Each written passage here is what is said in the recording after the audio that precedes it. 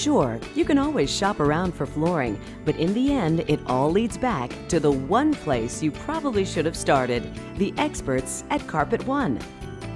Save yourself the time and the hassle and let Carpet One help you find the right product at the right price, beautifully installed, guaranteed. Come see the One, Carpet One, on the Business Loop in Columbia.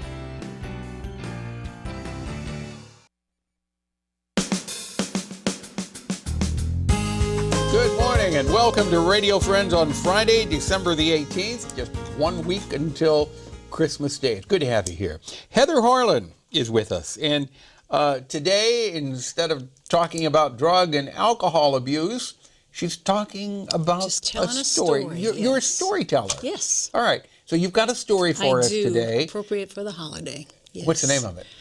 You know, it doesn't really have a name. You'll just have to listen. Okay, so I'll say, yeah. well, here is Heather Harlan with a story that doesn't Great. really have a name, but a good lesson to it. Okay, thanks. There you go. Well, this story actually takes place, it's based on a reminiscence that someone shared with me recently. And it actually takes place in Boonville, just a few miles down the road here in Cooper County. It's about 1953, and the prosecuting attorney for Cooper County came home, walked in the back door, and his wife could tell something was wrong. She could tell by the sagging shoulder and the furrowed brow under his crew cut.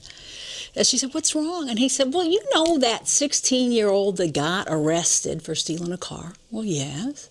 "Well, he's from St. Louis, and Sheriff Leon Ross said they tracked down his parents, and they're not even going to come visit him. They're not going to bail him out, and they're not even going to come visit him on Christmas." "Well, he stole a car," said his wife. "Well, I know, but he's not really dangerous. He's just a dumb kid that made some silly mistakes. And now he's a dumb kid made silly mistakes who's going to be in the Cooper County Jail." Now, some of you listeners might be acquainted with that jail. It was built in 1848, and very little had changed. It was interminably cold in the summer, or hot in the summer, and freezing in the winter. It was a hellhole. Well, his wife said, "Well, what do you think you can do?" "Well, I was thinking maybe we'd bring him here for Christmas." "What?" She said, "Have you lost your mind? You're the prosecuting attorney. What kind of prosecuting attorney brings home the criminal for Christmas dinner?" "Well," she said, "and may I remind you that we have 3 small children and another one on the way." "Well, yeah, I know."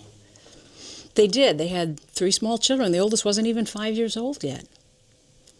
But the lawyer said, "You know, we're always looking for something good to do." "All right," she said. "All right, bring him. Bring him tomorrow." So, true to his word, the attorney climbed in his car the next morning and picked up Bobby. Bobby was 16 and from St. Louis, and he had indeed stolen a car. And their oldest child was named Timmy.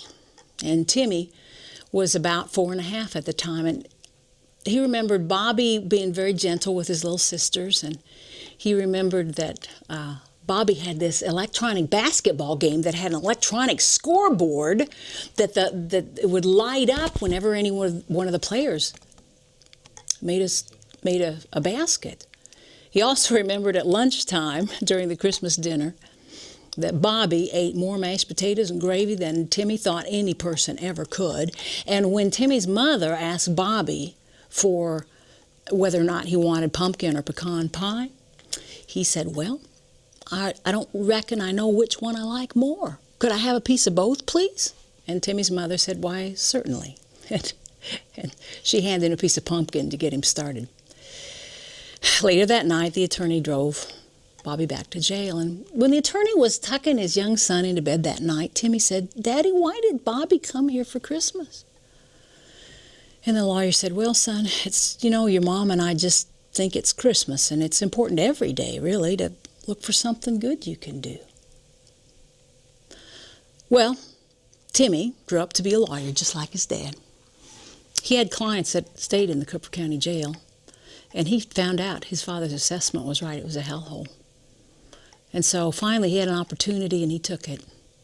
As a lawyer, he filed suit to close the Cooper County Jail as cruel and unusual punishment, which is forbidden by the United States Constitution.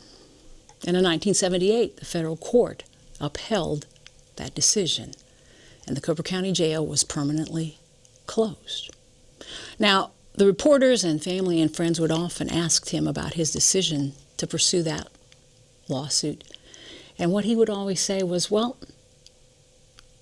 my parents just told me it's important to look for something good to do every day. And I just felt like that was something good that I could do. So the rest of the story is that the prosecuting attorney was my father, Lane Harlan, who practiced law in Boonville for a number of years. His wife was my mother, Dorothy Harlan, and the attorney, Timmy, he grew up to be Tim Harlan, my big brother, who's practiced law here in Columbia for a number of years. And me, well, I was the baby on the way.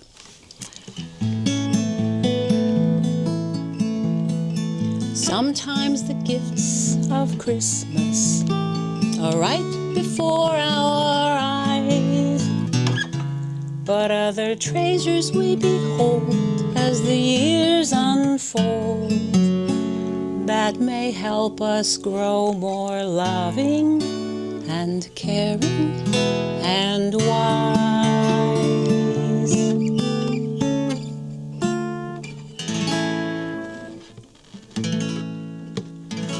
Well, Heather, that was an absolutely beautiful Thank story. you. I had no idea where you were going, so this was your family. It really happened. Tim when we talk about Christmases past, the story of Bobby would come up almost every Christmas. And when I was thinking of doing a story, I thought, why, that would be perfect. No one's ever really told that story.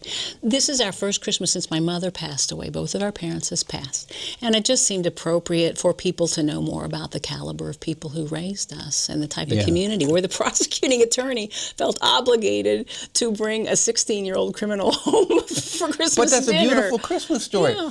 Whatever happened to him? I asked him, and Tim said he was placed on probation, and that's the best he knew. But you don't know what his know. life began. And you know, it could have been that Christmas day had a very profound effect on him. Yeah, well, it had a profound effect on Tim, and it had a profound effect on us as a family, I think, just to know that our parents had done that the prosecuting attorney brought home a 16-year-old who had stolen a car, and even though my father was the prosecutor, that they'd opened their homes and their hearts and they'd taken a risk. Yeah. A risk to reach out. Well, that's a beautiful story, Thank you. and even nicer the fact that it was true and it dealt with your family. Heather Harlan, you've got some CDs, right? I do available? have a recording, a children's recording, and I hope to have some more soon, but I'm on the web at heatherharlan.com. With I'm storytelling? also, and I'm on Facebook, Heather Harlan Entertainer. I hope you'll like me so that we can kind of figure out what... I know, and I appreciate that, Paul. Thanks for having me Heather. back. Merry Christmas to you. Merry Christmas to you, too. Thank Okay. you. Happy holidays. Yes, we're out of time for today.